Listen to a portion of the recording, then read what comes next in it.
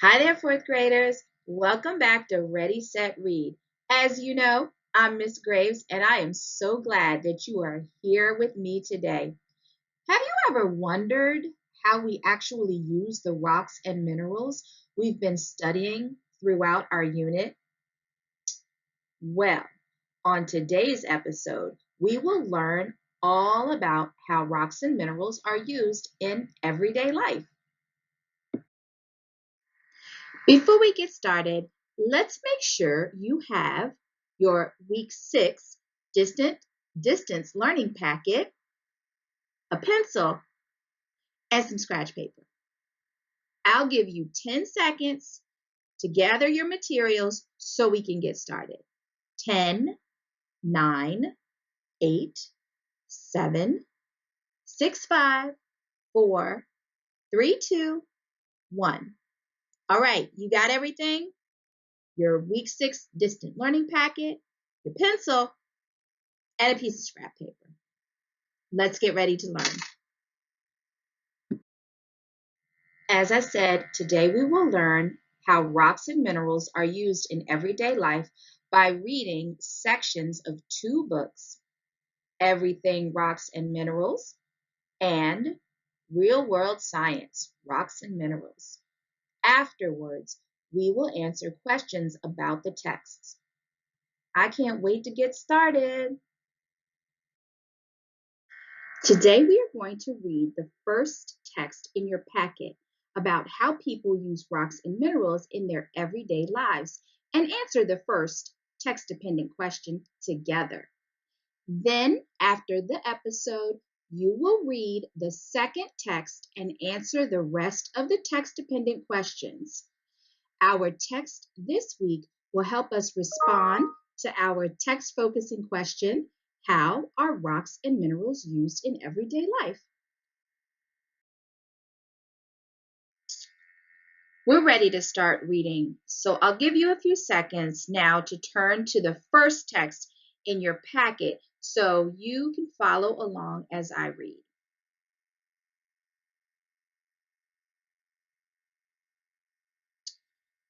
Okay, are you ready? Let's take a look at this text before we read it, though. What do you notice about this text? What This text looks different than a lot of the other informational texts we read. It only has one paragraph of written text, but does that mean that it's only going to give us a little bit of information? Not at all. This text is full of information, but that information is shown through all the different text features. The author uses mostly pictures and captions to communicate with the reader.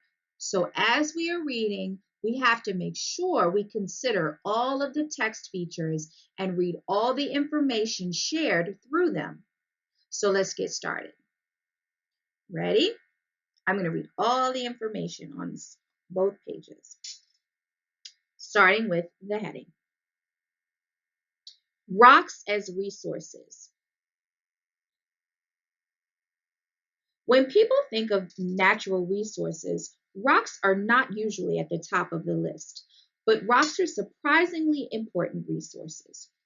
Most of the metals we use come from mineral ores. Iron, copper, aluminum, nickel, lead, and zinc are all mined from the rocks in the ground. Much of the energy we use also comes from rocks. Fossil fuels such as coal, oil, and natural gas are used to heat homes, power cars, planes, and trains, and generate electricity. The truth is, you probably couldn't make it through a typical day without using a resource that originally came from a rock. And that is our written text in that paragraph. Now you see the picture of that big rock, or like a big hole that looks like that's made of rock. Notice the caption, and the caption reads, "The Connecticut, Utah copper mine." Oh, that's a copper mine, not a big rock. Well, it kind of is a big rock, but it's a copper mine. Is one of the largest open pit mines in the world. So see how I looked at the picture? I really didn't know what the picture was, but the caption helped make clear to me what that picture is showing, which is the largest open pit mine in the world. Over to your right, you see where it says silver. Oh, I bet you that caption is going to tell me where silver comes from because I see the arrow pointing to a place on the map. Let's read it. Silver, which I love so much, actually, I love silver, used for jewelry, tableware, decorative items, and money. Here are the top 10 silver product producing countries. Oh, so there we go. And it says, it's giving me a lot of information. Peru, Mexico, China, Australia, Bolivia, Russia, Chile, United States, Poland, and Kazakhstan.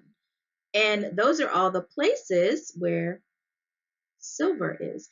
You know what? And I also see that that must be Peru. That little yellow, or orange spot this the arrow is pointing to.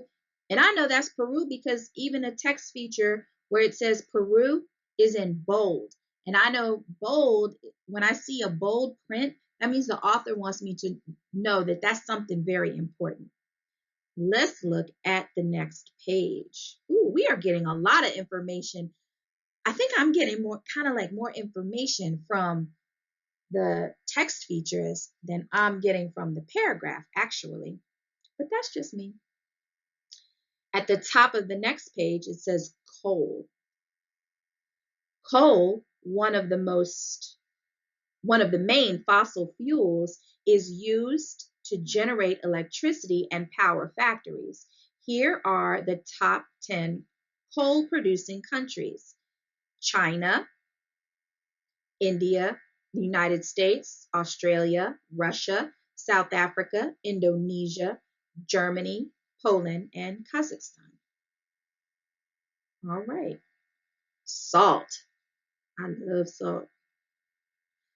Salt used mostly for seasoning and preserving food. Here are the top 10 salt producing countries. Wow. China, United States, Germany, India, Canada, Australia, Mexico, Brazil, France, and the United Kingdom. Nice. So yeah, salt is like an everyday product because probably shouldn't be eating so much salt, but we always put salt on our food to make it taste better. Ooh, the next one is diamonds. And diamonds are considered to be a girl's best friend. I love diamonds because they're so shiny and pretty. All right, let's see where we can find some diamonds. Diamonds, gem quality diamonds, are used mostly for jewelry. Here are the top 10 diamond producing countries. Man, we are finding out a lot of information. This is pretty cool. Botswana, Russia, Canada, Angola, South Africa, Congo, Namibia, Guinea, Ghana, and Sierra Leone. This is pretty cool. We're getting a lot of information from these text features. That's why you got to pay attention to all the text. You got to analyze and look at the whole page because you never know what information might be hiding from you if you don't look at it. So always pay attention to the text features. Let's move over to gold now. Gold. Used for decorative items, jewelry, and electronic components, here are the top 10 gold producing countries: South Africa, Australia, United States, China, Peru, Russia, Canada, Indonesia, Uzbekistan, and Ghana. And at the bottom of the page, it says rocky resources around the world. Rocks are some of the most economic resources. Each year, millions of tons of minerals and coal are mined from the ground. As it turns out, these resources are not spread evenly around the globe. Here are a few more important mineral resources and the places they are found.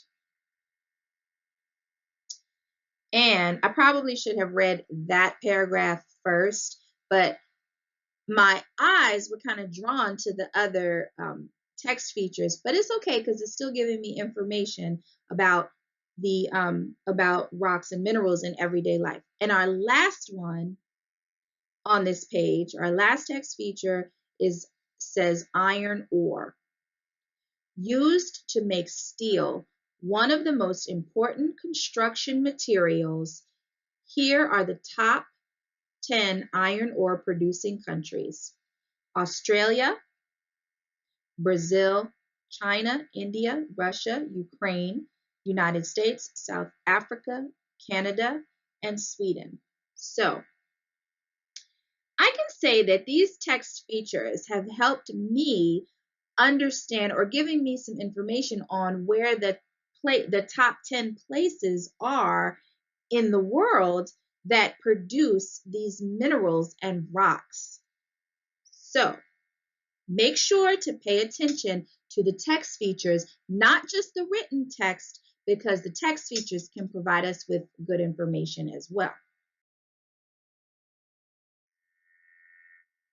Oh, wow. Check out the next pages in our text. This is one big photographic diagram. Instead of telling us how rocks and minerals are used in everyday life, this diagram will show us how they are used in everyday life. Let's read each part of the diagram. I'll start at the top left and then move around counterclockwise. Are you ready? A photographic diagram. Rocks on your block. Many of the items that we use every day come from rocks and minerals. Here are a few found around an outdoor cafe located on Stone Street in New York City. Remember, I'm going to the left, the next little box on the left-hand side. Most common types of window glass are made from quartz sand. Under that, traditional blackboards are made from slate and metamorphic rock. Many magazines have a special shiny paper that contains clay minerals. Many sidewalks are made of flagstone, a sedimentary rock that can be split into even layers. At the bottom, jewelry is often made from precious metals such as gold and silver. And the last one on this page at the bottom says, outdoor furniture is often made from aluminum, which comes from mineral or bauxite.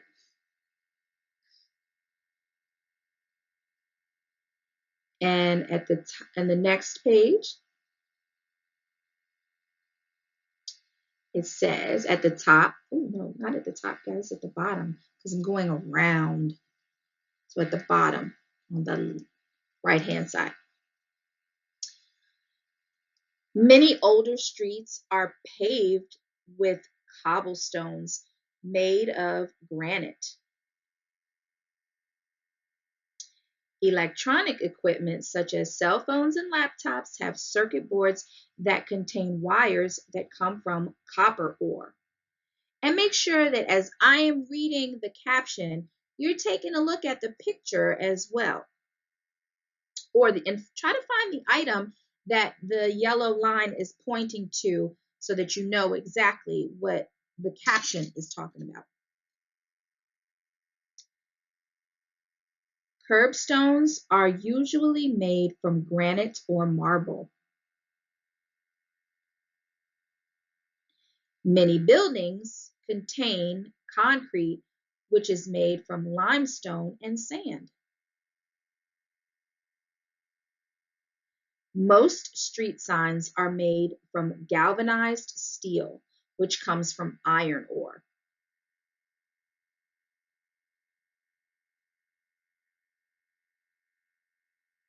Bricks are made from clay that has been baked at a high temperature.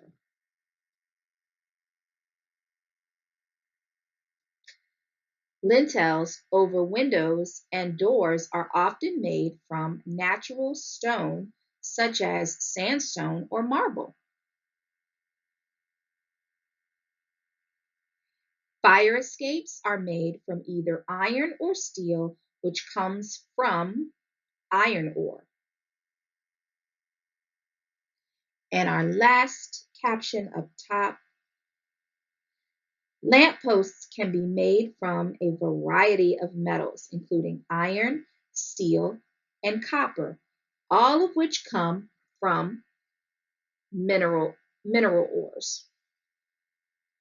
So as you can see, fourth graders, this photographic diagram is not telling us about rocks and minerals in everyday life, but is also showing us about how rocks and minerals are used in our everyday life. Great job, and thanks for following along. We are going to stop reading here and answer the first text-dependent question together. Turn to the next page in your packet that looks like this. I see directions at the top. Before we do anything, we always read the directions first. The directions tell us first and foremost, we need to answer each of the questions below. We need to use complete sentences and pay attention to grammar and punctuation. And we need to use evidence from the text to support our answers. I wonder what a good strategy would be to answer these questions as best as I can, given the text we just read. Let me think.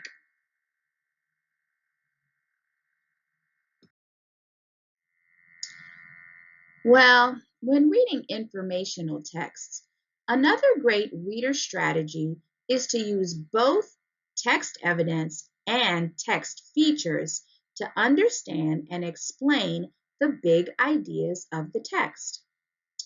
Great readers don't just read the written text, but they also always gather information from the text features like diagrams and charts, which present information visually or show us information. Using the information we learn from both the written text and the text features will help us better understand and explain what the text means. We will keep this strategy in mind as we answer the questions for this activity. I will show you how to use the strategy to answer the first question, and then it will be your turn. Ready? Here we go. Our first question is, what is a natural resource and why are rocks an important natural resource?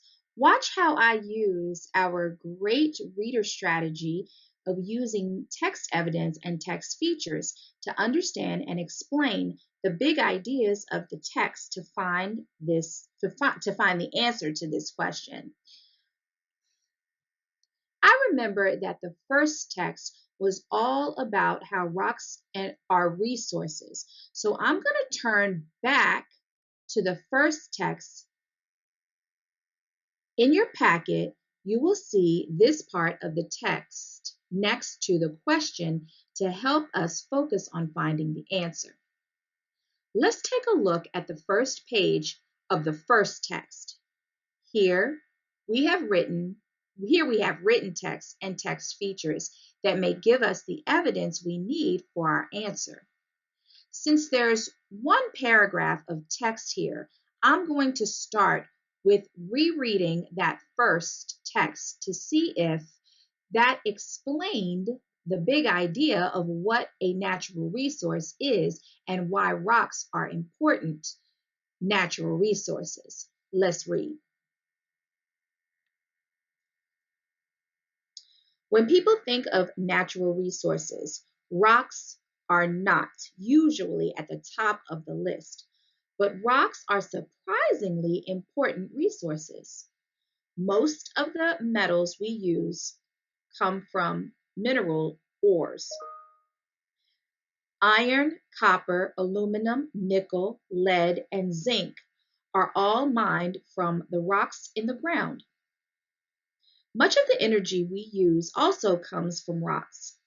Fossil fuels such as coal, oil, and natural gas are used to heat homes, power cars, planes, and trains, and generate electricity. The truth is, you probably couldn't make it with through the truth is, you probably couldn't make it through a typical day without using a resource that originally came from a rock. Right.